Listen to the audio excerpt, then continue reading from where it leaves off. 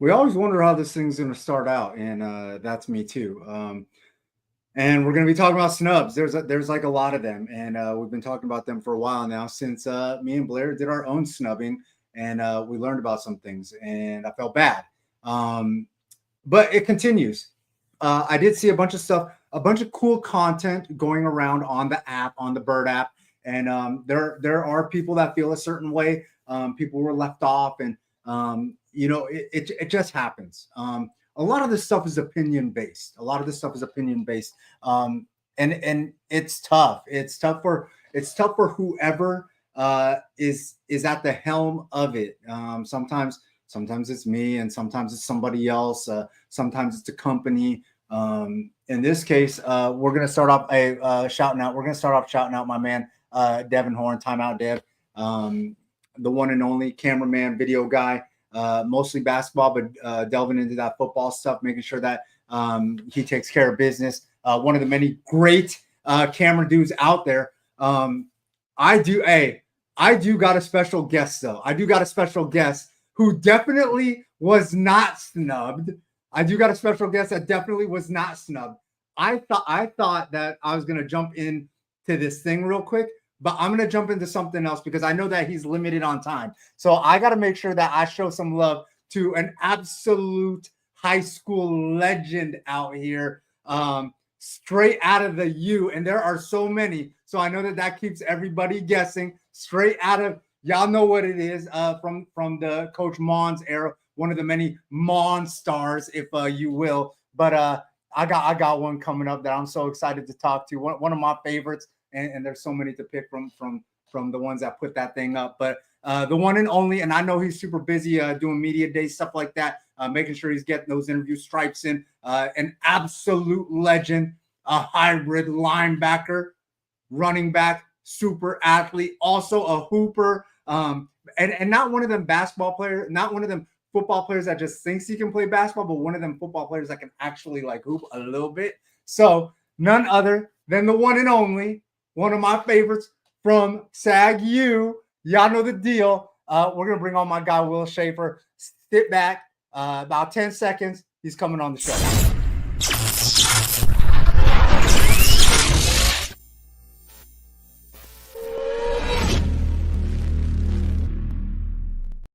Boom. And just like that, my man, Will Shaffer, live from Nashville. You out there getting in media day for you. What's it been like going through all that stuff? Yeah, so we got here. Can you hear me all right, Chili? Yeah. I can hear you straight. So we got here earlier today, just went and saw Vanderbilt's facilities and stadium. Extremely beautiful stadium. Really my first time in Nashville, never really been out here besides for a game, but it's been a great experience so far. Had a photo shoot today, did some interviews, talked to some high profile people. So just went to dinner right now, so we probably just gonna explore later. See what the city life is like, but it's been pretty good so far. How long have you been in Nashville? When did you touch down? Yeah, we got here earlier this afternoon. So as soon as we got off the plane, went to the hotel, checked in, and then immediately to the stadium. And this is actually where the 2026 FCS National Championship will be played. So that's where they're because it's usually in Dallas and Frisco. Okay. Each year for our conference, but yeah, it's a good scenery. So you getting comfortable because you plan on being back? Yeah, definitely. Okay. Definitely. We got it marked down. Hey, listen. I got to ask you this question because if I don't, people are going to be like, oh, Chili, you're not doing your job. You're not pressing them a little bit. Listen, snubs are a thing. Like there's always like all stars, all states, things like that, all flight club, whatever it is. And people get snubbed, but not my man over here. Not my man over here. We putting them All-American stripes on. When you found out that you was All-American like that, how did that make you feel? Man, it's a crazy feeling. Extremely blessed. All glory goes to the Most High. I didn't think I would be in this position. Coming out of Arizona State, going to Utah State, not getting the results that I wanted. I had to look within to see what I truly wanted to do with this football thing. So we just trading along every day. Putting them daily deposits in. So trying to hear my name called in that 2026 NFL draft. Man, I love it, man. Hey, and you've been fortunate enough to have some of your former teammates get some of that shine. we've seen Jacoby Covington get the UDFA stuff with the Chiefs. We've seen Keely Ringo obviously with the Eagles. What has it been like, in waiting for your own process to kind of take shape? Just trying to take every day one day at a time. Those are my guys still to this day. We talk all the time, often. Just trying to pick their brain with how the process went. Picking an agency, choosing where to train.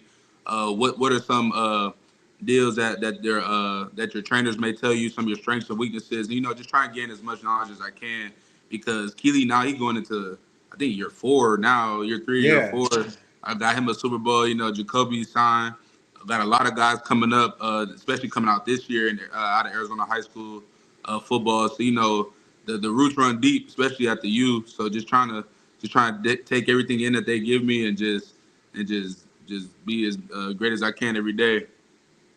Hey man, your roots in Arizona high school football. Obviously, everybody's familiar. It runs super deep over here. Running with the legendary Coach Yeah. Mons over there. I got to know, have you been keeping up with everything going on at SAGU, and how did they fix that situation? If I can ask your opinion, your humble Yeah. opinion. I mean, everything takes time. It's hard to come back a season, especially when you lose a lot of great players that you have, lose a lot. You're pretty much your core of your team. And I got the chance to go speak to them in May. Coach Darius Kelly brought me out, and I just got a chance to really meet the guys, because I'm a little older now, so most of those guys coming up, they my little brother's age and a little bit older, so I don't really know those kids too well. But just getting a chance to get in front of them, just let them know my story and just what the standard is of being a Saguaro football player, and just trying to pour as much as I can into them as the guys did before us did. Hey, and I know in your heart you're always gonna be a Saber cat. You're always gonna be Saguaro. You're gonna bleed that black and yellow. But you have a little brother out here who's starting to make a name for himself. The young boy over there at McClintock. Mm-hmm. And I know that you got some familiarity over there with Coach O. Mm-hmm. Kids, like what can they expect over there, and what can we expect from your little brother? Yeah, Coach O, he's a great coach, great developer of young men, trying to get them ready for that next level. And he comes from that Mons tree as well, so he knows how to coach. He's very passionate, very motivational to try to get those kids going. And yeah, Langston, he just transferred over from Corona del Sol after his freshman year. So like my mother, she went to McClintock High School. My little sister graduated Woo! from there. My aunt, we got some deep ties. My godmother went there. I'm pretty much the only one in the family that didn't go. So I mean, he just continued to develop. My dad getting him right. You know how those workouts get with Big Reveal. So just Facts. we just waiting on that moment for him to get out there and just show what he can do, and just continue to get better every day in that great program. Hey, in trying to chase this NFL draft opportunity, what are some of the things that you're doing off season, like workouts wise and things like that? How are you making sure that the body and the mind stays in tune with that goal? Yeah, so I mean, pretty much the name of the game is durability right now. So the best ability is availability. So just trying to take Facts. everything I can into working hard and trying to get my body to tip top shape for the season, but as well as being smart, making sure I get my recovery in, making sure I'm stretching, ice tub, cold or ice tub, hot tub, getting the boots, getting massages whenever I feel needed, going to the chiropractor, just doing everything I can to make sure my body is 100% throughout this long season. And just, I'm not as young as I used to be. I'm 23 years old now, so my body doesn't really feel the same most days as I did when I was 18, 19. So just being super attentive, super detail oriented, getting film as much as I can, as much as they allow me to before they kick me out of the facility. So just trying to do everything I can to make sure that I have a great season like I did last year. Hey, a few more questions before I let you go. I got my guy Will Shaffer, Saguaro legend, over there holding it down now, out in Texas. Look, rewinding this thing back to the season, what was it like for you finding out that NAU was the draw? I was really more upset that we weren't playing in Flagstaff, because my family, we would have rolled 50 deep to that game. We would Oh, have you would have had filled buses. up the dome. You would Oh have filled yeah, up the dome. most definitely buses, vans, however it may need be. We would have got to the dome. But I mean, it was just great seeing those guys. Guys I played with, Xander. Zach Lewis. I played against him when he was at Hamilton. Who else did I see? Darvon Hubbard, Yeah. Chaparral guy as well. Ralph Frias, Shaffer. It was a lot of guys. I actually got a picture of them at the end. I'm about to send it to you at the end of the game. But it was just so great to see those guys, be able to compete against them at a high level that I know that we're all capable of doing. And it was kind of a personal game, for me. And then you went through that staff change after Coach Ball had left.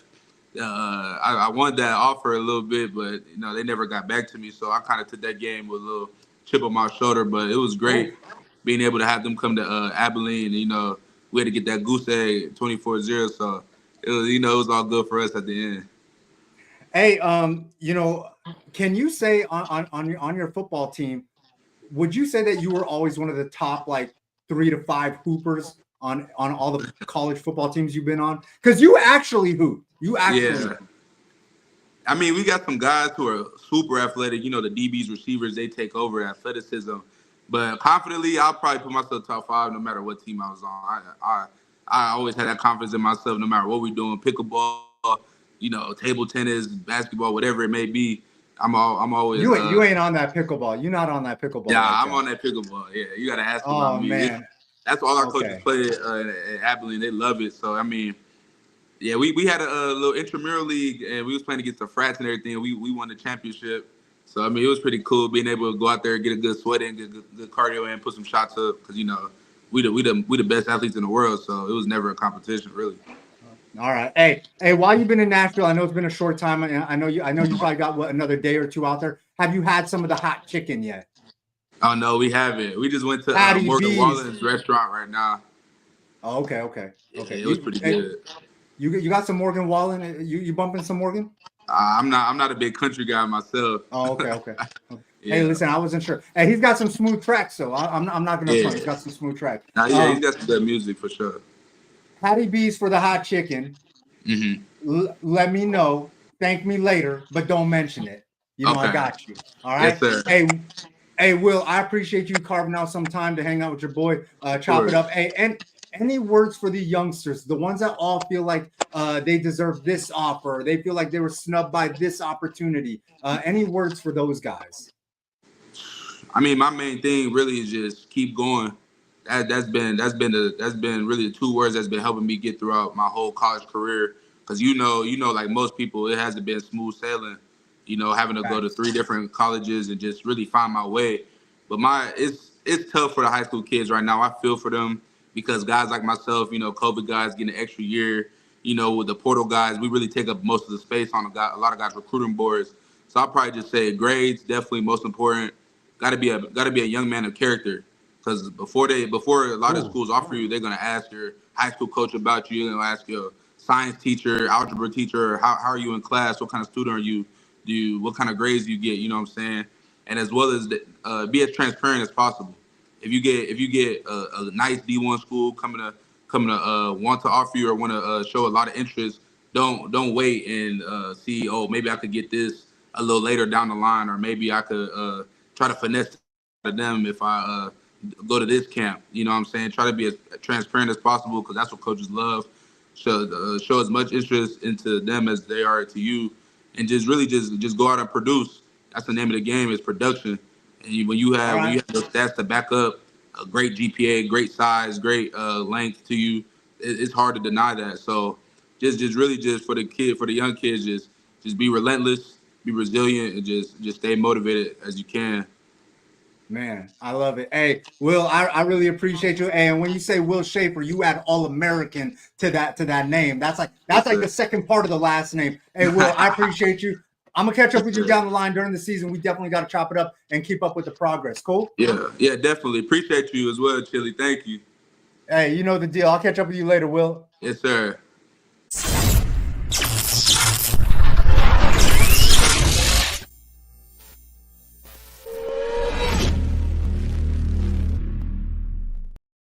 Boom. And how about that? My guy, Gridiron jumping on next, following up Will Shaffer. That's a tough act to follow, man. We've been that is a tough. Yeah, I'm no All-American over here. That's for American. Yes, All-American. No, we get to the quick inside the numbers on Will there. I kind of jumped in the middle of it, so I don't know how much of it you covered. Of course, at Abilene Christian, All-American, second team from FCS Stats, was first team All-UAC Conference last season. Started all 14 games at linebacker, led the conference, and was 8th in all of FCS in tackles with 123 and he also had an interception to clinch a victory against Central Arkansas.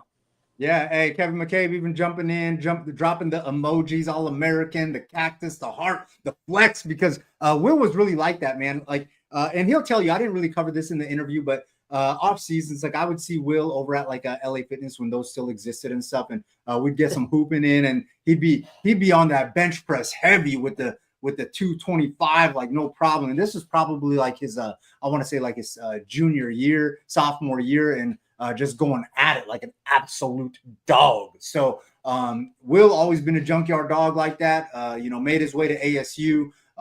Like you said, went to Utah State had a hiccup over there, and just became an absolute monster at Abilene. Over there at Utah State in the brief time that he was there. So yeah, they messed up. They know they messed up. They know. So, but yeah, look, man. There's been a lot of this snub talk going around. I was gonna get into it, but I saw Will dive into the lobby, and I was like, oh man, I know he's short on time, so I got to get to that. Yeah. But we'll maybe at the end of this segment we'll get into some of this snub talk. Is this from the all chili and all no, stop. Would you stop that? Well, listen, that's what you're talking about with snub. Guys that got snubbed. No, I'm talking about like the All-State Football Fiesta Bowl team that was dropped. Okay, yes. And they only dropped one team, just like Flight Club. We only dropped one team, but we dropped two teams, but it was Blair's team. I think they had 20. They had offense, defense, and a few special teams. It was like teamers. 29 total players or something like that. Yeah, and it's tough. It's definitely a tough thing, but I would definitely say there were some snubs, and then also there was the Max Preps national rankings drop. And there's a big snub there. Yeah, the entire state gets snubbed. Yeah. Yeah, you know what? If I were to project this out, like I would honestly like. I don't agree. I definitely think Liberty starts 2-0, there'll be an Arizona team in the rankings. Absolutely, because Liberty is number 19 Corner Canyon in week 2. I think that if you expanded this thing out to maybe, let's say 100 teams, the top 100 teams, which I think would be more fair. They ultimately do. Then I would say that we probably have 4 or 5 teams in there. Mm-hmm. But I don't know. We'll see. We'll find out. We'll find out when this whole thing plays itself out. But I saw those top 10, and I can't really argue with the top 10 too much. I've seen a lot of these teams play live, and a lot of them have been unchanged over the last 10 years. And your California teams, your Texas teams, and your Florida teams. You know what? And like, unfortunately for like Arizona, like we don't have the freedom to play like 3 and 4 like out of state teams where like modern day they'll get their national game versus like Bosco, and then they'll get another national game versus Gorman, and then they'll get another national game versus like like a Kahuku or somebody from Hawaii that has a national brand name. Pretty much people only get one in Arizona. Yeah, it's usually at a close by state. Liberty finished last year's rankings at number 34. Is where they ended up. The year before that, they were number 15 at the end. If Liberty plays that game versus Coronel Centennial a little bit closer, or if they win that, I bet you they're like top 10. Mm-hmm. Oh, certainly, yeah. I bet you they're top 10. Like, no brainer. They'd be undefeated and they'd be a top 10 team. I think in my time the highest ranked team was that Chandler team. No, Mountain Point. Mountain Point was number 5 in the year that you loved to rip their schedule. The 2013 team. Oh God! we always beat that team up. I thought that one of those Chandler teams was like top like 5 or 6 or 7. I'm sure they were up there, but I know the Mountain Point one was the highest finishing one.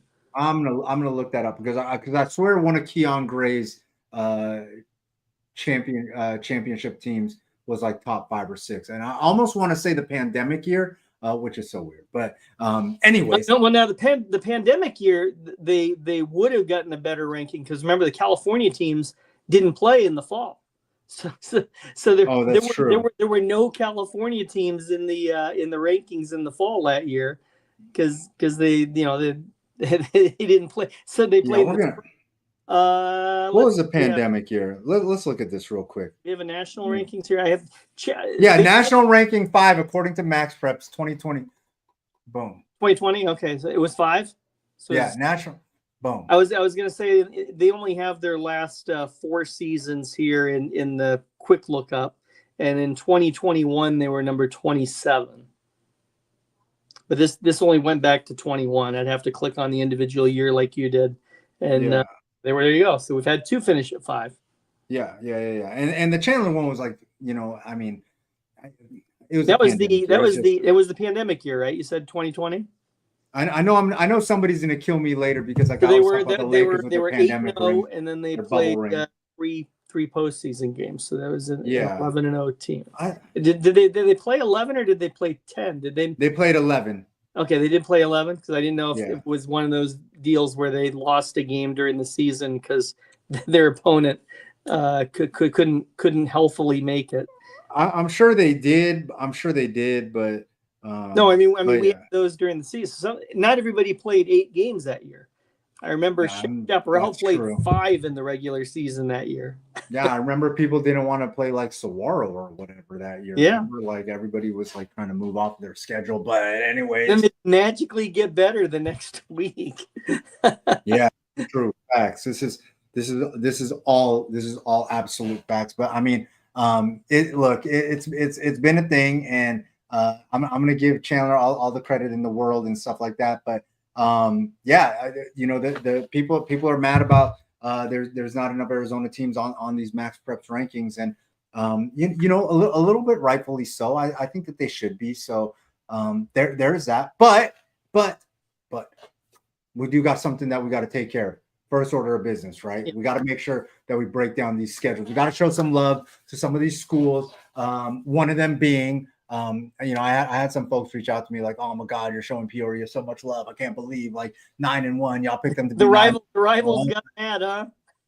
Oh man, somebody got mad. So, anyways, without further ado, what we're gonna do is we are definitely going to make sure that we show some love to our guys over here at Cactus. And we're gonna break down Cactus's schedule, talk about them a little bit. And I'm super excited about this schedule. I love what they got going on, mainly because they get to kick off versus Mountain Ridge, and this is like a quiet rivalry that has been budding since original Underground Flight Club. I was gonna say this was news to me that it was a rivalry.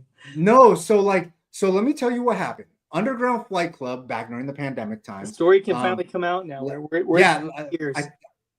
think that statute of limitations just ran out. So that Will Galvan led Cactus team throttled Mountain Ridge early in a matchup. Throttled them, right? That was a team with like Derek English, Terrence Hall, Brendan Anderson, and throttled them. And beating their chest. They handled that business. And then later on in what would have been the championship game, Mountain Ridge got their get back. They got their get back, and Brendan Anderson went absolutely crazy. And Cactus also went absolutely crazy and said, we want to see y'all during the season. Set it up. Have your coaches hit us up for the scrimmage. We want to see y'all during the season. And Brendan was like, you don't want us putting the pads on. We will get you. We will absolutely. And that was a team with like Alexander Deuce and like all those monsters in the trenches, Madosky's guys. That would have been a good matchup. Would have been absolutely crazy. But we've been like quietly, I think that those two parties have been waiting for this for a long time. This will be the first time that those two teams put on the pads against each other since that 2020 underground game. Man, and I don't think that they've ever met at all. I'm going back in the archives here and not seeing one because Mountain Ridge was always a level above them at least. I think you're right, and I think that Coach Bellis and Coach Crossland are going to have their guys ready. I think that Coach Johnson over at Mountain Ridge is going to have his guys ready. Coach Outley, they're going to be ready to go. I can't wait. Buckle up. That's quietly going to be a heck of a season opener that is going to set the tone for both teams. And keep in mind, at this time, Cactus was 4A still. 4A. Yes. They were still 4A. So there's that. But anyways, after going on the road to see this Mountain Ridge team. Cactus is going to get Millennium in their friendly confines, and I think that's going to be an exciting game too. Coach Early squad, they got some athletes over there, going to be fun to watch. I know that they're loaded at quarterback. I think they got like 3 guys competing.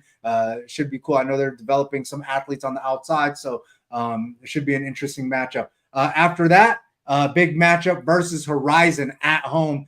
You got this one circled, Gridiron, and I'm gonna let you go inside the numbers. Yeah, Horizon 8-3 last year, made the Open.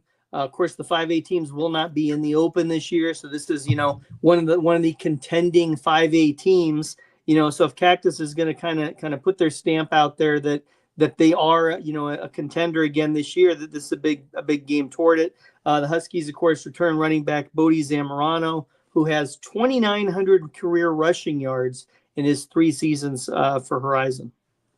All right. Now I am going to say, I got to preface this with the next thing. Me and Gridiron did not run from the smoke. I want to make sure that we're clear, okay? Because a lot of people wanted me to break down this game with Peoria, and I got a lot of heat about Chile. You better talk about our game versus Peoria. We want to know, who do you and Gridiron got winning? Me and Gridiron don't really talk about which games we're going to talk about. I did not declare which of the, neither did you, which of the 10 Peoria games would be the loss this season. Of course, we both picked Peoria 9-1. Gridiron sends me the graphic about like 7 minutes before the show, so I have no idea who he's going to pick, who he's going to circle, anything like that. So there's that. But this is going to be for the night before, but I forgot to send this one. So. This is going to be an absolutely phenomenal game. Peoria enough last week. That's why I didn't circle that one. This is going to be a phenomenal game. I cannot wait to see how this one goes down. But we're not going to discuss who we think is going to win this or loses or whatever. After that, another great matchup on the road versus Sunny Slope, and this is the middle of a road trip, if you will. Sunny Slope on the road, Vanacore. They got some dudes over there at Sunny Slope that can absolutely go. I can't wait to see these guys get this work. I think my guy Coach Washington is now coaching over there at Sunny Slope. Joystick, he's absolutely legit. Great coach, was over there at Chaparral for a hot minute. Now he's over there at Sunny Slope. After that, Apollo to kick off October. They got this Apollo team that has been loaded with athletes and talent. Loaded with athletes and talent over the past few years. I know that Coach Walls and Threadgill over there got this thing working, and they're trying to make sure that they're reloaded and ready to go. And then a huge matchup in the second week of October versus Yuma Catholic at home. So Yuma Catholic got to take the drive, jump on the bus, and go to Cactus. Yuma Catholic is used to having to jump on the bus for long road trips. All of their games, are long road trips. I don't think they play. Yeah, their entire 5-game road schedule is all in the Valley. You got Yuma Catholic 11-2 last year. They made the 4A semis. The Shamrocks are now in 5A. They were moved up, despite the smaller enrollment.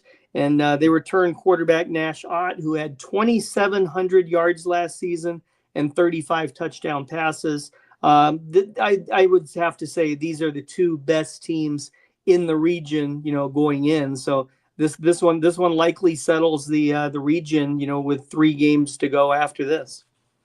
Yeah. So after that, they get Homecoming versus Willow Canyon, and then they get West Point on the road. I got to see West Point a little bit on the Monday night edition of Flight Club. West Point came out. They got some athletes over there. They're just trying to figure out how they're going to get the ball to them, developing a quarterback over there and things like that. But I like what they got going on, and they're trying to make sure that they can put that thing together. Final game of the season for Sunrise Mountain Senior Night. Hey, listen, Sunrise Mountain got an absolute dog over there, transferred over from Centennial, Hollis Maya, a talented wide receiver athlete that can do some things. If they got a quarterback over there, look for this kid to be solid in that second half of the season. I think that he's kind of special and can do some things. So there's that. Hey, wrapping this schedule up, there's a ton of ballers over there at Cactus, and I love the quarterback. Starting with the quarterback, Luke Berlin. I think that he's special, and he was slinging that thing over at Flight Club. Tall, 6'3" looking kid. Nice release. After that, they got some guys on offense. They got a bunch of two-way guys, but one of their offensive guys that does play some DB, Robert Bell Jr., he can absolutely go, got some wheels. And then Nathaniel Linares, Donta Sutton, those guys are going to contribute and do their thing. Dalen Moore is an absolutely special defensive back athlete that will get some work both ways, but I think he's an absolute clamper on defense. And then Jason Burkhardt makes the hits on from his linebacker position. They got some dudes in the trenches that can put in the work, but I think they're going to be a little, I don't want to say smaller than usual, but they just need to get some work. I'm sure that Coach Bellis is going to get them right, but they got some dogs. They're definitely heavy with the athletes, the two-way guys, and they're just going to have to find a way to keep them fresh. Gridiron, I'm going to let you go inside the numbers on these guys and break them down. And before I get to this, I don't want it to be lost that Cactus has defeated Peoria 7 consecutive times. Dang, he said that. Yes. He said that. I knew we said that last week. I did throw that out. Making sure to emphasize that. I didn't want them, they wanted us to talk about the Peoria game, so we at least had to put that out. Okay. Cactus 10-4 last season, lost in the 5A championship game. That was 28-19 to Desert Edge. The Cobras have made the playoffs in 24 straight seasons. Head coach Brian Bellis in his 4th year as head coach, and they are in the 5A Northwest, which is a new region for them in 25. Some of the teams, that they've been used to playing here in the last couple of years. Desert Edge not on the schedule, Canyon View not on the schedule. They're playing Millennium in a non-region game. So some new opponents there. Of course, last year's quarterback transferred out. That was Casillas to Pinnacle. The new quarterback transferred in from Blue Ridge to Cactus. That, of course, is Luke Berlin, the senior. I don't know if he's immediately eligible or not. I'm not sure how that all breaks down. But he is 6'4", 190, had 1,558 passing yards last year and 15 TD passes for Blue Ridge, 3.95 GPA also. Running back, they had a 1,200-yard rusher, Tavion Player, who graduated. Tevin Marufo is back. I would expect him to get a lot of carries. He had 296 yards, 3 touchdowns last season. And then 1,200-yard receiver Juju Stubblefield has graduated. They do return wide receiver Julian, also goes by Juju Monsaves. He's a senior, 35 catches, 342 yards, 4 touchdowns last season. Over on defense, you got Jason Burkhardt. He's a linebacker. Led the team with 102 tackles in his junior year, had 3 interceptions. And then Dalen Moore, the sophomore defensive back, played as a freshman last season, had 43 tackles, 2 interceptions, 2 fumble returns, and 2 forced fumbles. Yeah, they got some guys, man. Look, I'm looking at this schedule and I'll go first on this one. All right. I'll go first.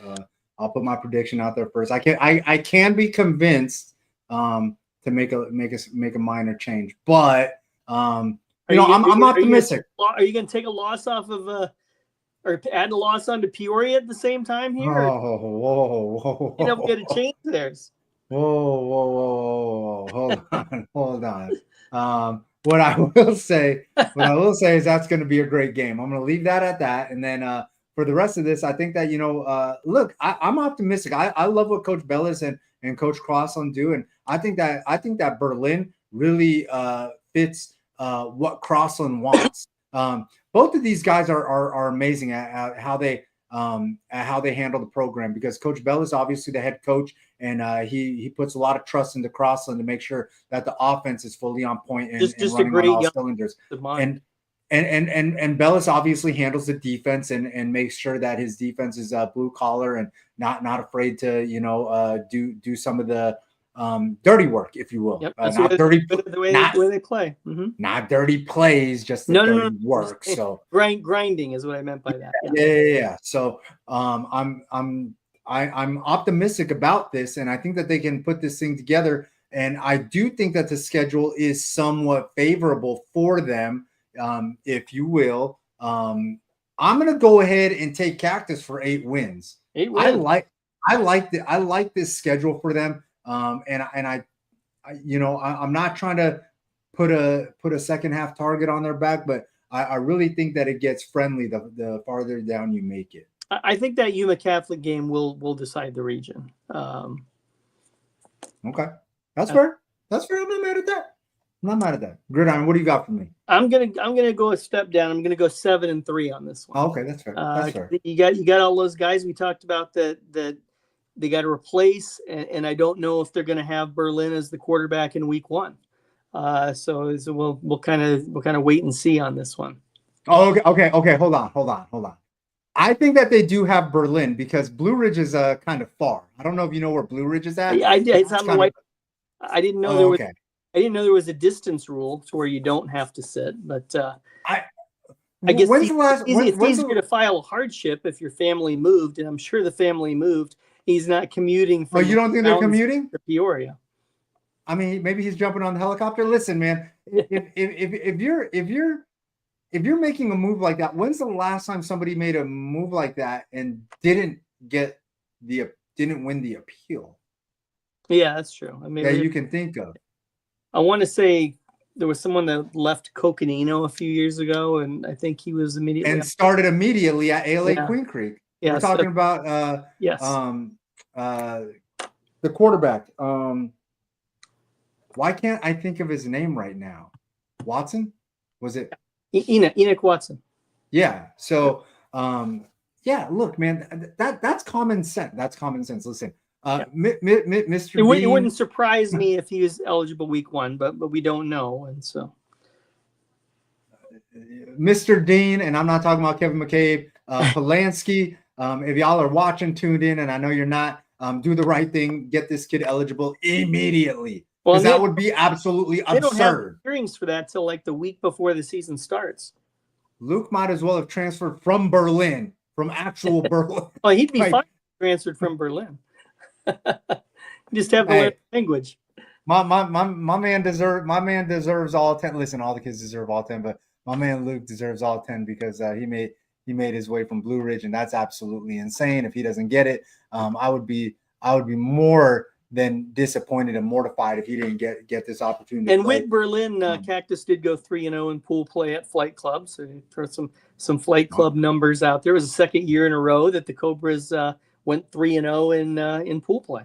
Yeah, because Crossland is a 7-on-7 wonder kid, so he knows how to dial it up for sure. That listen, they gave Bash's Rising Stars a really good game in the second round too. I definitely never worry about Crossland's passing game. Like, right. It's always what goes on underneath that I'm not hesitant. Well, last year was a nice balanced offense. You had he was dialing it up for sure. 1,200 yards out of the running back, 1,200 yards out of the receiver. No, man, he definitely does his thing. Young offensive mind, absolutely amazing. Coach Bellis, phenomenal head coach over there. That's really done a great job taking this program over and getting them to Sun Devil Stadium 2 times. Yep. 2 times. 2 times. Yes, 2 times. That's correct. 2 times. Yeah. And look, the third time's going to be a charm. The third time's going to be a charm. I'm confident in that. So, I mean, if this team, if you get the the second half schedule, they're a team that should be on a little bit of a roll when the playoffs begin. And if they can put together 8 wins, maybe they end up being a top 8 seed, and then they get a bye week during that first week when teams 9 through 24 are playing. And that would be valuable because, as you saw in the schedule for the 5As, there is no bye week during the season. They're going to play 10 straight, and the teams that are the 1 through 8 seed are going to be off that first week, which is the last week of the 6A regular season. Now, Bellis was also the DC under Ortiz when Ortiz was there. My man has coached in 4 championships, right? 4 championships, and in 2 of them, he had to play Ty Thompson, right? Yep. Didn't he have to play Ty Thompson? That wasn't a championship. One of them. No. One of the championships was against Cactus for Mesquite. The other one was against 3 championships. So he coached. I think there was a semi game against Cactus one year. Right. So okay. So man, my man has put in some work. My man has put in some work, and in those 3 championships that he's coached defense, and I know he was a head coach for for however many of them, but like he's had to go against Ty Thompson, he's had to go against Jamar Malone, and then Higley obviously team, a super talented Blake Roscoff. So like, and if I recall, they led that Higley team like 24-6 or something, and then that chess Higley match came was back. crazy. Yeah, that chess match was crazy, but one of the best. And he gets the most out of all his guys. So just always fun to keep up with the Cobras. As we move on, we are gonna show some look. We show some love to the West Valley. Cactus is West Valley. it is West. So now, you know what I'm kind of disappointed is that like we're not gonna get Cactus DE unless we get that in the playoffs. Right, unless we get in the playoffs, which is always possible. Yeah, nobody's going to the Open, so I think we can say with confidence that both Cactus and Desert Edge will be in the playoffs. Easy. So it just depends on what where they end up, if they end up on the same side of the bracket or not. Yeah, no, or for maybe, sure. Or maybe who knows? Maybe it'll be maybe they end up in Sun Devil Stadium all the way in December at Sun Devil Stadium again. So. Sheesh, man, that would be absolutely insane. All right. Next one up. We got to show some love over here. Got to make sure that we make our way to the East Valley so that way we don't get called bias and all sorts of unsavory things. Nobody will ever accuse us of being a West Valley show. No, you'd be surprised, man. Some people like try. Look, man, if we show love to too many West Valley teams and we're West Valley show and we hate Tucson and the North, and then we hate the East Valley. And if we show too much love to the East Valley, then we're an East Valley show. We hate the West Valley and everybody. Anyway, so none other than the Chandler Wolves storied program. Yep. Absolutely phenomenal. Love Coach Wisdom being over there. And I know everybody always talks about like, oh man, Chili and Coach Wisdom didn't really get along. And look, we've had our moments, but I've always said that I think that Coach Wisdom is an absolutely amazing football mind. I think that when it comes to the X's and O's, there are a few better than him. I think that he's a great student of the game, and I think he does a great job of communicating it to his kids, to his athletes out there. And I am super excited for this new era of Chandler football. He got Horizon into an Open. He did, and he really built that Horizon team up, and he had that Desert Vista team going the right direction. That the year he was there, they did beat Mountain Point. He did have he had that team going the right direction. It was the last time Desert Vista went to the playoffs. Was in 2021 when he was the coach of that team, and they defeated Mountain Point the last regular season game, and then went on to the playoffs. Well, my man is definitely got a good situation over here. He was solid over there in Nebraska. Yep, won the state title last year. Yeah, got to leave on a high note, and then came back to Arizona, and he's going to try to get him one of those championships over here with the Chandler Wolves, taking over the Chandler program, the storied Chandler program, and he gets to kick this thing off the right way. Centennial Week 1, sheesh, yep. Holy smokes! Two new coaches too, by the way. Hey, this game's going to be absolutely crazy. I believe it is a Thursday game. I'm sorry, it's a Friday game. Is it? August 20th. I know that Thursday schedule is loaded. Well, that's why I just assumed it was, but I'm looking at the AIA site right now, and it does say August 29, which is a Friday. So there you go. All right, well, there's that. Hey, Centennial Week 1 out the gates. They get a brand new coach over there. Also, I'm excited to see Torrin Hill and how he matches up with all these Chandler athletes. I'm excited to see. Listen, real quick, Gridiron, before I let you go on this. A couple of years ago, 2 years ago, I believe it was, I got to watch the Chandler freshman team play the Centennial freshman team at Chandler, and Centennial was giving them the work. And parents from the Centennial side were screaming, "This is our home field now." And I was like, wow, Here we go. Buckle up. Freshman parents, huh? Yeah, and they really set the tone. They got some dogs over there on that Centennial squad. It was 2023. So those guys who were freshmen then would be juniors now. And Darian Bartholomew won that game 29-28. Hey, Darian Bartholomew led that freshman team and was an absolute savage, destroying destroying everything. He should get plenty of carries this season. It'd be kind of a two-headed backfield, I think. Yeah, expect that. The kid is an absolute animal. But Chandler's got some dudes. I'm going to let you go inside the numbers on this game with Centennial and Chandler week 1. Week 1, yeah, we got Centennial. Of course, Kana Mana returns for the Coyotes. 22 touchdowns last season, almost 2,400 passing yards. And then Sugarcane, and they do return Owen Reynoso at running back, and then Bartholomew, who I think missed some time last year, and then offensive lineman Ben Lowther as well. Yeah, and their offensive line is absolutely loaded. Ty Gates, they got a bunch of guys over there, Yep. and Owen Reynoso is super special. Do it all back, catches passes out of the backfield, can really make things go. And Chandler's going to kind of stay on the road. They go on the road to Centennial, and then they go on the road to California. I believe that's Cathedral Catholic, yep. And that game should be a slugfest. Cathedral Catholic likes to traditionally run the ball, so I think that Chandler's trenches are going to get tested early 2 weeks in a row, and it should be a lot of fun to watch that game. After that, they come home for a solid homestand that's going to go 3 games.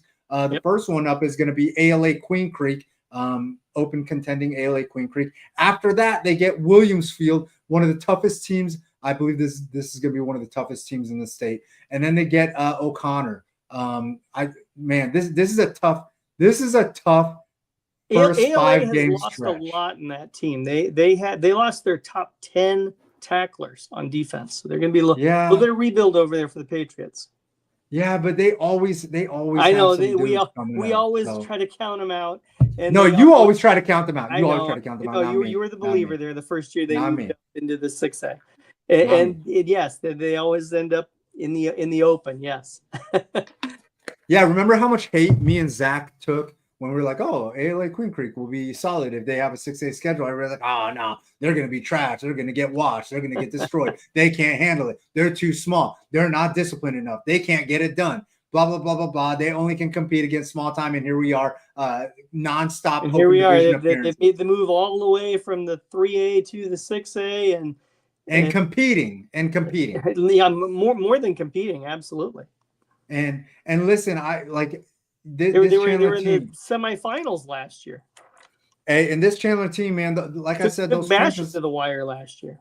Those trenches are going to absolutely get a lot of work early on. Centennial, Cathedral Catholic, ALA Queen Creek, Williamsfield, and Tucker Smith from O'Connor. This is going to be absolutely crazy. After that, it doesn't get any easier. They get Perry on the road. Not so far on the road, but they get to see Cale Snyder, Talon Frazier and company. And that's Amos Augustine. They have a bye week before the Perry game. And they're going to need it to heal up. They're going to need it to heal up. So any transfers that are coming in should be eligible for this immediately. So for the Perry game. So that should be a lot of fun to watch, develop over there. After that, they get Valley Vista.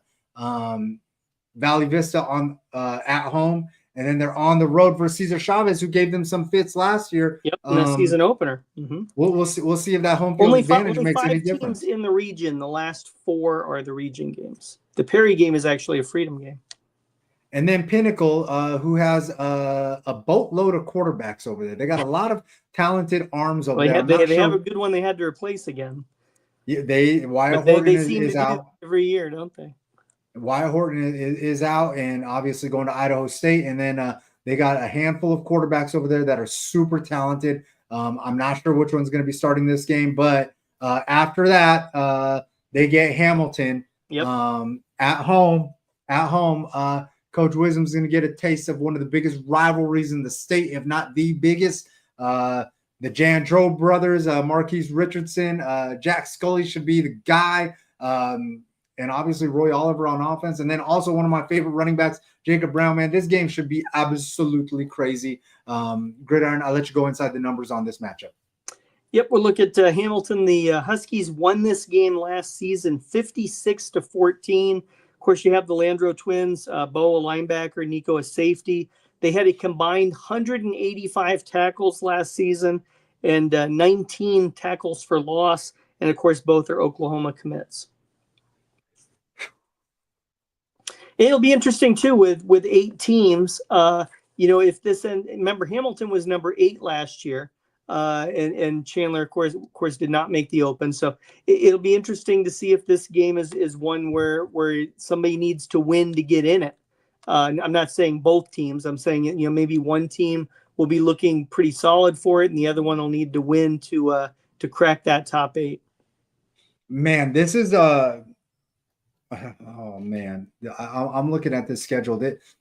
I know there's a lot of hard schedules out there, and I know I'm going to say this again, but this has to be one of the hardest schedules in the state. This has to be one of the hardest schedules in the state. I love it. I love it because it's going to be competition like every week.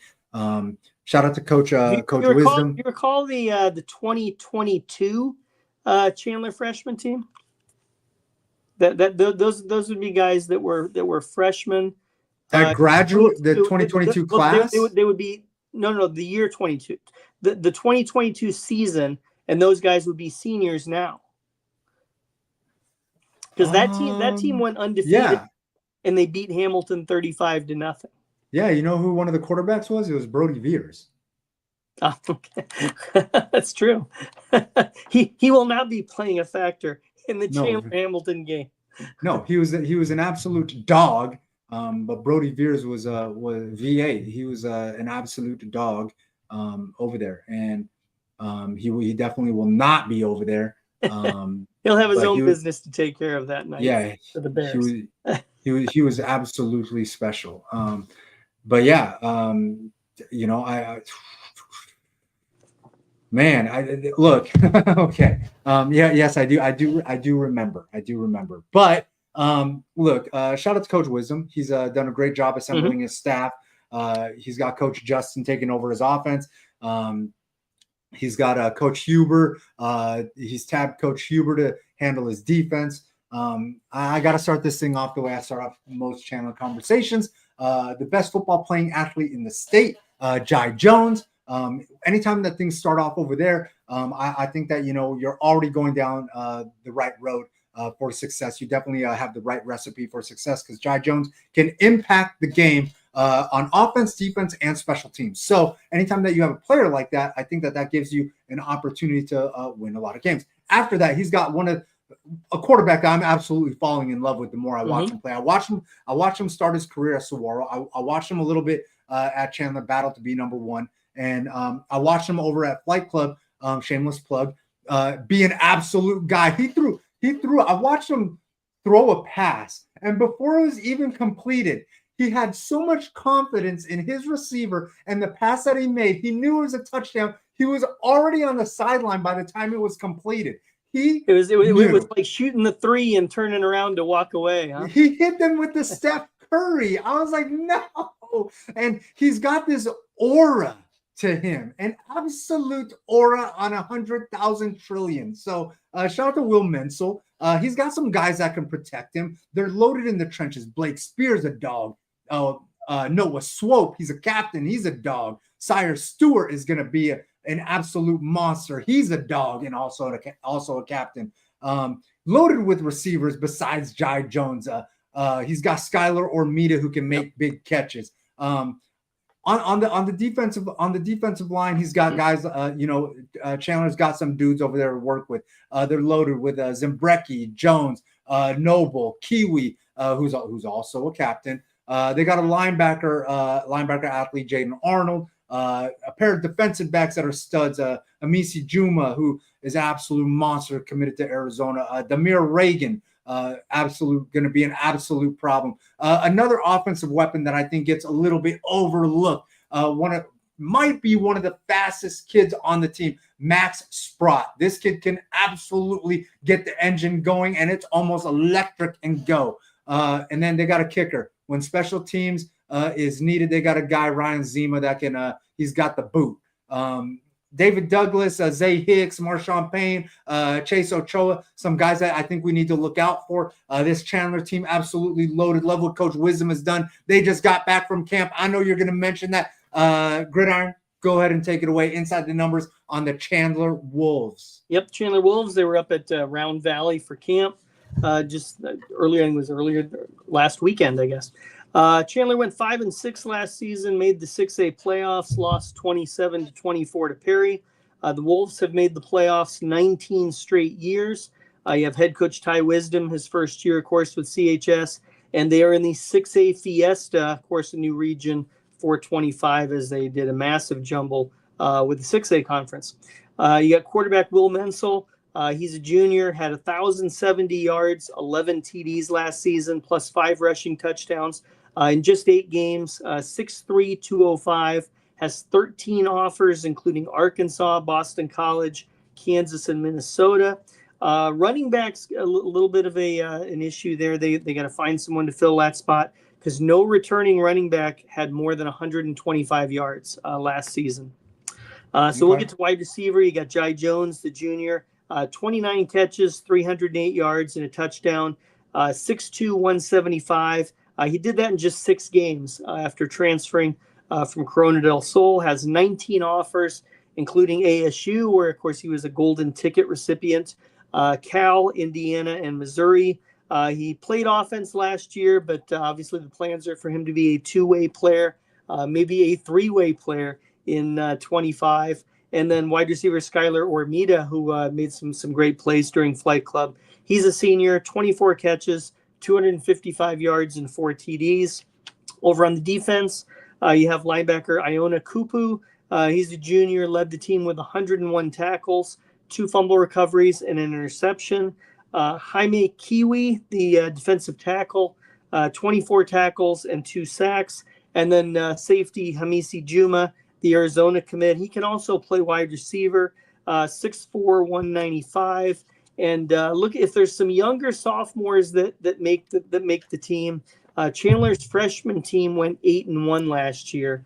Only loss was to Liberty. They had a win over Hamilton, 38-14, a win over Basha, 46-6, and a win over Perry, 55-6. So it was a team that was looking like they were going to put Chandler right back on top of the Premier Region, and then the AI messed it all up. So since you brought up their freshman team, one thing I do want to mention, Coach Jawan Frazier, Wolves raise Wolves. Wolves raise Wolves was the mantra that he kind of set last year. He had TJ Green coaching his running backs, and both of those guys have been elevated up by Coach Wisdom, I believe. I believe they're both going to be coaching up on varsity. More Green, former players. Yep. Yeah, Wolves raise Wolves, and it is very important to Coach Frazier. He actually wanted to hybrid this, and I think he wanted to stay down to continue to mold the young guys, but I think a lot was wanted of him and demanded of him. So I think he's going to primarily just be varsity, and this is big because he's going to bring a lot of those guys up, and he'll be it's with the guys that they brings up. Yeah, no, for sure. And I want to make sure that I communicate this right. Chandler was coming off of one of their best freshman coaches ever with Coach Boyd. They took a little bit of a dip, Coach Boyd's final year. I think they were like 4-4, if you will, 4-4 or 4-5 or 5-4 or something like that, close to hovering around 500, which was very, very uncommon for Coach Boyd, because I want to say he coached like 5 years and maybe lost like 5 games in those first 5 years, and then he had his 6th year where he lost the 4 or 5 games. It's whatever. But Coach Frazier took it over after the apparent dip and brought that thing right back up. Yeah, right back up. Got really took over, decisive over the district. Really took, and that game versus Liberty was competitive. I think that's the game that I went out to. So he had them doing their thing, going the right way. I'm curious to see, because I'll make my way out there to a Chandler freshman game. I'm curious to see what they got going on, because they did have a couple kids out there that looked really, really special when I got to see them on the Monday edition of Flight Club, and then also again on the Saturday edition when they came out and competed. So they got things going in the right direction. They are full too. There's been no drop off in numbers from what I have seen early on. So this is going to be exciting times over there at Chandler, because I know that there's freshman team from last year at Chandler started the season 70-0, 61-0, and 60-0. First, because Out of the Coach loss to Liberty was competitive. It was 19-14. Coach Frazier wanted to make a point to say, hey, listen, we're not going to mess around over here. Like, we're going to step on this gas pedal, and if we have to hurt some feelings in the process, so be it. Like, he made sure that everyone was on more notice. than 14 against the Chandler freshmen also. He made sure to put everybody on notice. Like, y'all are going to respect my young guys. We're going to make sure that everybody respects this Chandler program moving forward. So that team was fully loaded. Listen, some of those guys have left. The reality is some of those guys have left, though. Makai Nelson moved on to Mountain Point. Caden Schluter moved on to Higley. So they've lost some pieces, but they still got a lot of talented athletes from that freshman team that are staying in the program. This was not some sort of, mass exodus. So shout out to Coach Wisdom being able to come in and convince everybody like, hey, look, this is going to be a place where we're going to stay competitive. And congratulations to Coach Wisdom on elevating the right guys. I think that keeping the Fraziers and the TJ Greens around the program. And, another kid that I talked to who I seen out and about, Derek Ware, Jr., DJ Ware, super talented quarterback that ran like a 4.3 at a Cal camp. I remember that. Yeah. Part of one of the state championship teams. And he's doing some cool stuff. I think he's like an accountant now or whatever, but he's doing some cool stuff where he's talking about like, hey man, listen, next year for Flight Club Chili, I want to make sure I take care of my Chandler Wolves, and Wolves raise Wolves. Yep. I'm going to cover them for Flight Club. So, alumni is coming back and excited to work with Coach Wisdom. A good crop of them from the Iguano and Garrettson days, where they went on a nice, 10-year run. About a 12-year run, I guess, with those guys. Yeah. And I just think that it's super important that these guys want to stay around and continue to give back to the program that, kind of gave them so many opportunities to grow and things like that. Anyways, I know people are like, oh, Chili doesn't want to make a prediction about his schedule, but this is my feeling. This is my feeling. This is one of the hardest schedules I've seen so far, and I'm not sure if I'm a little bit overwhelmed. There's the placement of a few games that I absolutely hate, but I am going to go ahead and, I think Coach Wisdom's a good enough coach that he's going to be able to get 8 wins here. 8 wins. 8 wins on this loaded schedule. If they get 7, I'm safe. You are safe. But before I get to my thing, the Diamondbacks can't even get through the All-Star break without terrible things happening. Suarez just got hit in the hand by a pitch. Oh, he's done. Crazy. He's cooked. You're going to be the high guy again with this one, because I look at the schedule here. There's some tough games on here, and Williamsfield, Centennial, Hamilton. Williamsfield is a team that's got that offensive line in the run game. We talked about ALA, and you got Centennial and Hamilton bookending it. You got a Perry team that beat them twice last year. I'm going to go 6-4. 6-4. It's a win improvement over last year. I saw a national article that came out a couple weeks ago where the Max Preps guy who lives in Florida, by the way, predicted Chandler to go 9-1, and I looked at that and said, nah, I don't see that. So we had a conversation. I'm going 6-4 with that one. We had a conversation. I told him that this was going to be a 7-8 win team, but I'm going to go with the high because I think that Coach Wisdom is going to have this team right. I'm gonna take them for a solid 8-2, and I think that Who's the games. Whoever Coach Wisdom chooses to be the running back, whoever he chooses to carry the ball, but whoever it is going to get some clear vision because Blake Spear, Noah Swope, and Cyrus Stewart are making holes. My man's going to be and getting yards. So somebody's going to be, they're going to have opportunities. They're going to have 2 guys in there. They're probably going to have a committee of sorts, but I just think that Coach Wisdom is going to find a way to make this thing work. And I just don't see a Jai Jones, Will Menzel led team. Just 6 games won't be enough for them. The other thing that concerns me about it is that they've lost some depth in the quarterback room.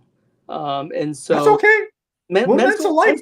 He chased them out. 8 games last season, and so it's tough to get through all 10 games. Even though you do get a bye in the 6A, it's tough to get through all 10 games at the 6A level against some of these physical teams, and they lost a little bit of depth there at the quarterback. Man, you really down on okay. I've given an improvement over last year. Okay, all right, and if they get 7, you're safe. So and more importantly, I gave them fire. So there you go. I mean, that's like your favorite thing to do. Like, oh man, like, hey, prove me wrong. You're one of the prove me wrong guys. Okay, I get it. Listen, I just think that this team, they have enough talent to get 8 wins. The 2 losses I think are going to come between Centennial. You get losses now. That you didn't what's do. Up? I think you're going to tell me they're 2 losses. No, I don't know. I just think that two of these. Give me a few possibilities. Yeah, I think that between Centennial and Chavez played them tough last year. That don't count them out either. I'm not counting them out, but if I was guessing right now, and by game 9, Pinnacle will have a quarterback too. So I mean, let's hope that they've settled on a quarterback by game 9. If they don't have one by game 9. I mean, even if one gets injured in like week 1 and then week 3 and then week 7, like it's all good. Like they have like 7 quarterbacks to choose from. So what's it called?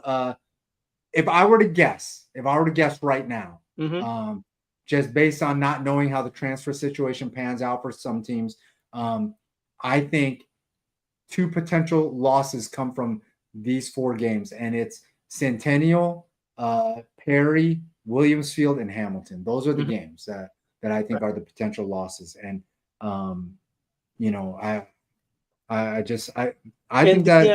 Cathedral Catholic team did go 9-3 last season. I did check that. They have a nice wide receiver, but they run the ball a lot, if I remember correctly. So I'm not sure if they've changed their offense up, but I think if they run the ball the way that they did, historically, I think that Chandler sits pretty and is able to take care of business. So with that being said, Gridiron, I think that this sums it up. I got them for 8, and you hate them and pick them for 6. So it's all good. It's all good. No. Did you get a chance to talk to Coach Wisdom at Flight Club? Yes, I did. I did talk to him after Flight Club. Oh, okay. Did he say something unsavory about like the manual scoreboard, or he was very pleased with how the team did? I think this was the 3rd tournament. Did you tell him that they look like a 6-win team then? Well, I hadn't gone through all this yet at the time. It's a good thing I didn't. But they looked real good at Flight Club, absolutely. And then they get to add the linemen that you talked about too. So it's their linemen came in second. So they took second. That's right. I watched them. They were pulling the Hummer. You're right. They were one of the teams in that mix as well. So they were second in bigs and sevens. And you look at it, they don't have to play Basha this year. So that's one team off the schedule. That would be another difficult game. So it could be worse. Would you have, if Basha was on the schedule, would you have had them at 5-5? Well, it would depend on who Basha was replacing on the schedule, but there's a possibility. Yes, if we took off Valley Vista and put Basha on there, yes, I would have gone 5-5. Dang. Okay. No, it's okay. Listen, my man hates Chandler. It's okay. He hates the East Valley teams. All right. Hey, Gridiron. Look, we're gonna move off of this a little bit. And what we are going to talk about is we are going to talk about this snub talk a little bit.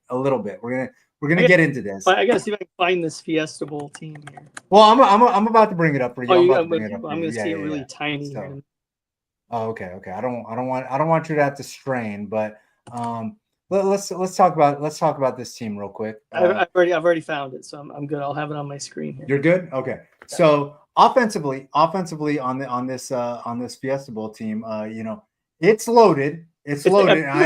I believe it's a statewide media poll that selected them. Were you part of it? I am not part of that. No. Okay, neither was I. Okay, anyways, but to be honest, I probably would have selected Tate Reynolds. I probably would have selected Noah Roberts. Yep. I probably would have selected Jacob Brown. I probably would have selected Dalen Sharper and Devin Fitzgerald. Devin Fitzgerald, by the way, I think might be the best football player in the state right now, based on what I've seen through sevens. And I know it's just sevens, but he absolutely looks the part. Like projectively, he's been an absolute monster. After that, Talon Arnett probably would have selected him too. Bear Fisher, I think this is where people. I would have had Zarek Sidney in one of those 3 wide receiver spots instead of Devin Fitzgerald. I don't know which one I would have taken out, but I would have had Zarek Sidney in there. That's fair. That's fair, and I can definitely sympathize with that and possibly agree with that. I think what they tried to do is stay as senior heavy as possible. True, and Zarek may well be on there next year. He's a junior. And I know people are going to point to, but Chili Noah's a junior, and then the next guy that you're about to talk about, Jake Hildebrand's a junior. Listen, it doesn't always work out so perfectly. So then we go to this offensive line. Jake Hildebrand, I probably would have selected Jake Hildebrand. Aaron Thomas, I probably would have selected Aaron Thomas. Colin Campbell, that's a no-brainer. Tucker Smith, also a no-brainer. You get 2 Ohio State commits on that offensive line there. And maybe Ohio State got it wrong. I don't think so, but it's possible. Jelani Miller, pretty good.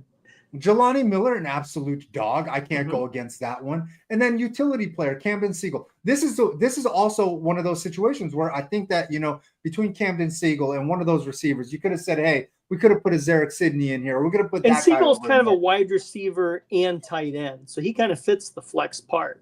Or we could have put an Avion Williams in there. Receiver. Or we could have put an Avion Williams in there, or one of these guys. Avion Williams. I get it. But Avion Williams is kind of an offense and defense flex because he does 2 ways. He is. And, he's also the North Carolina commit. Listen, man, I can't wholeheartedly disagree with any of these guys. Belichick has a pretty good track record too. Yeah, he's pretty good. He's pretty good. So, I can't wholeheartedly disagree with any of these guys. I think that this list is very, very good because Tate Reynolds, I think, man, I love Tate. I think he's absolutely so special. So, and Jacob Brown, I've said that he might be the best running back in the class, but, Gridiron, I know people are talking about this guy was snubbed, that guy was snubbed, but I do think that's going to happen anytime you make a list. No matter what. So I want to shout out all these guys. All these guys, absolutely amazing ball players. I've had so much fun. And it's cool if Fiesta Bowl does this. They're going to do their game of the week again, where they took somebody's idea and gave them a belt after the game. But they're going to do that again. And I believe the Fiesta Bowl game is going to be in coinciding with the CW7 TV appearances too this year. Hey, they can coincide with CW7. They can run with NBC or ESPN, but I don't care.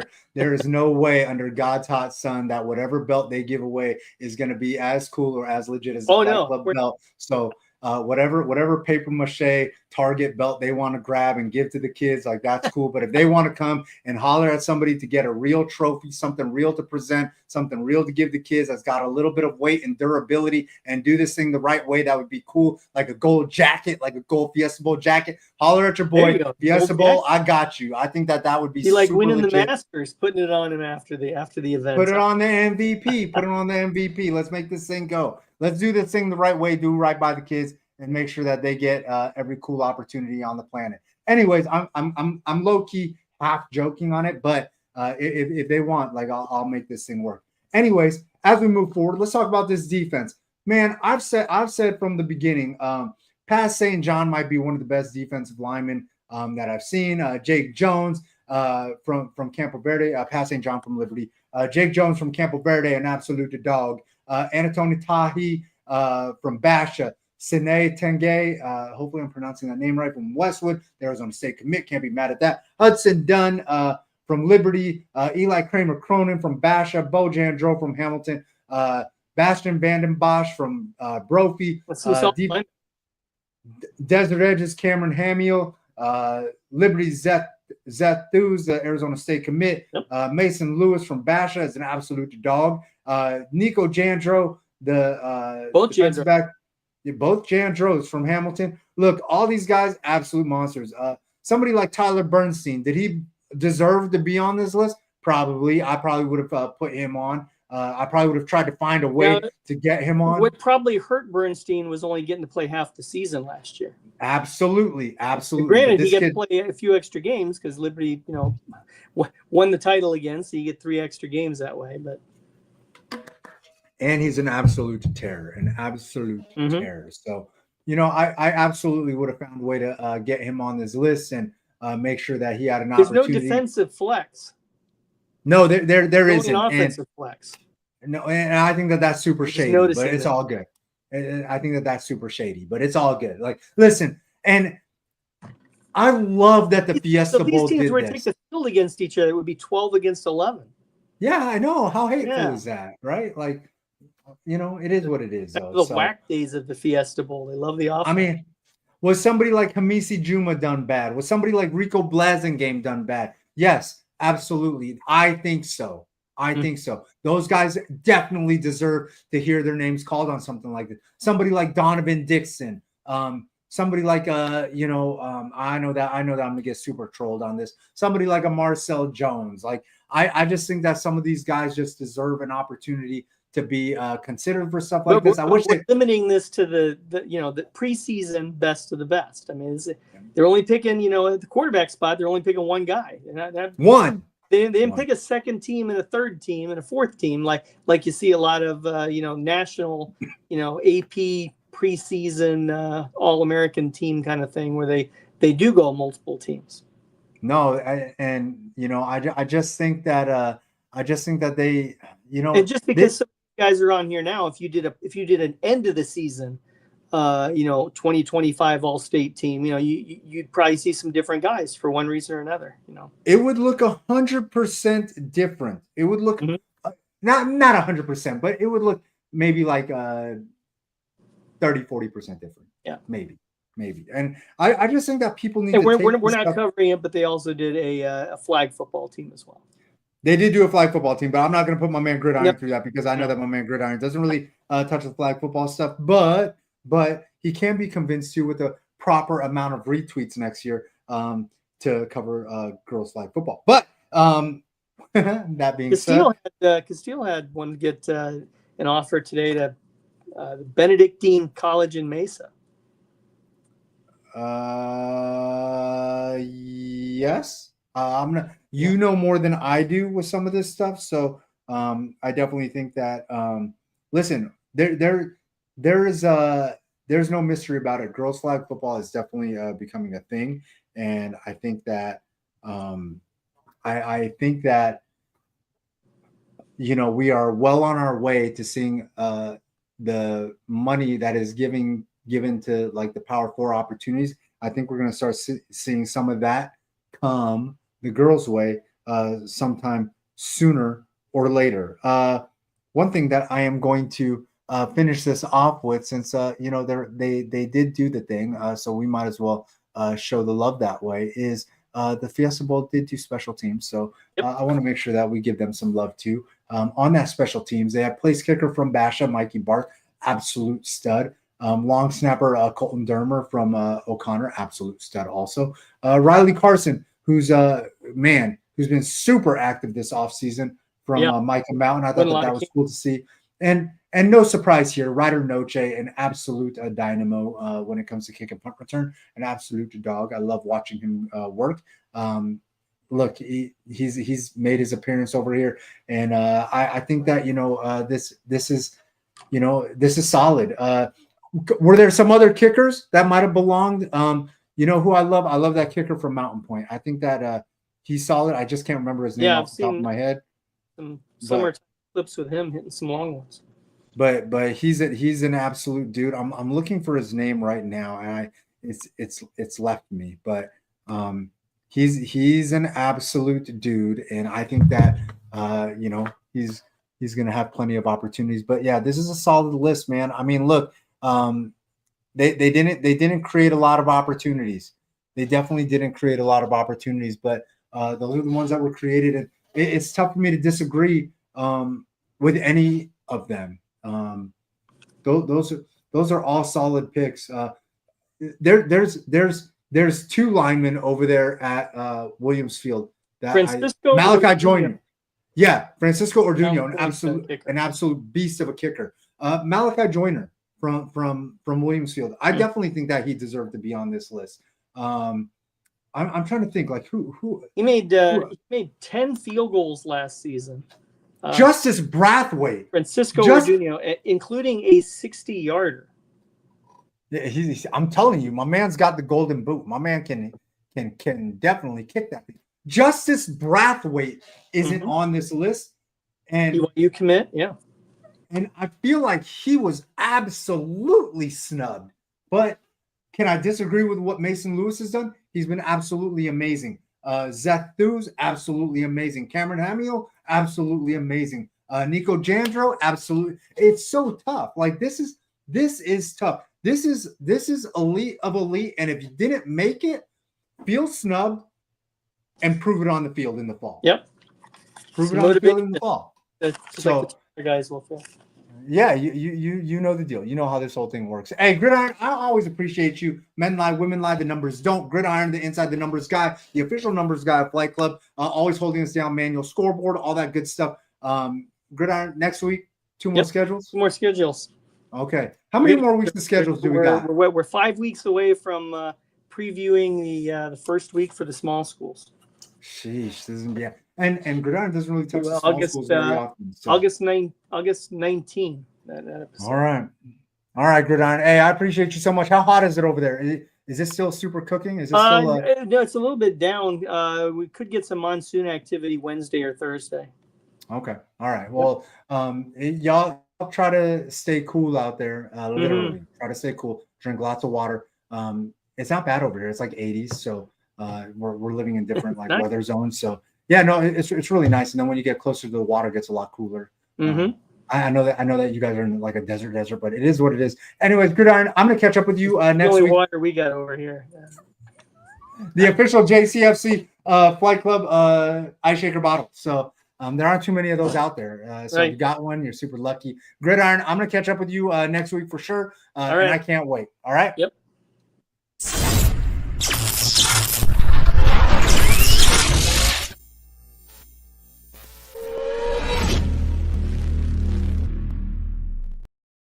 One last thing that I wanted to hit on, but before I leave, one last thing that I want to hit on, if I can, if you guys will hang with me for a second. I think that look, shameless plug for Flight Club again, even though I swore that I was done plugging Flight Club. Give back is super important, and I always think that it's so cool when these pro athletes and these college guys do their best to give back. So I wanted to show some love to this guy, Will Johnson. He's doing some cool things, and he's trying to create this opportunity, a backpack drive to give back, and some things that they're looking for. And you can drop stuff off over at Maryvale, and there's a Walmart location. Hold on, I'm going to give you some things that they are absolutely looking for to give back. The type of stuff. Let's see over here. Writing utensils, pencils, pens, highlighters, dry erase markers, crayons, color pencils, washable markers, paper, notebooks, loose leaf paper, composition notebooks, spiral notebooks. They're looking for new stuff, index cards, things that they can put in the backpack to help kids, have resources for their education. The backpack drive is going to go on at Maryvale. Look, you can drop stuff off at Maryvale, and there's a Walmart location. I don't have that address yet. And then on July 30th, between 12 and 3 p.m., kids can come pick this stuff up. Will Johnson will be out there, Cardinals draft pick. And then also, I believe Walter Nolan will be out there too. This is super cool. Like the Carter brothers, Cardinals coaches of the year a couple of years ago. I'm not sure if they arranged us put this thing together. I do know my guy, Papa Tucker, was involved in orchestrating this and helping to put this thing together and get this thing over at Maryvale. Him and his Young Star collective.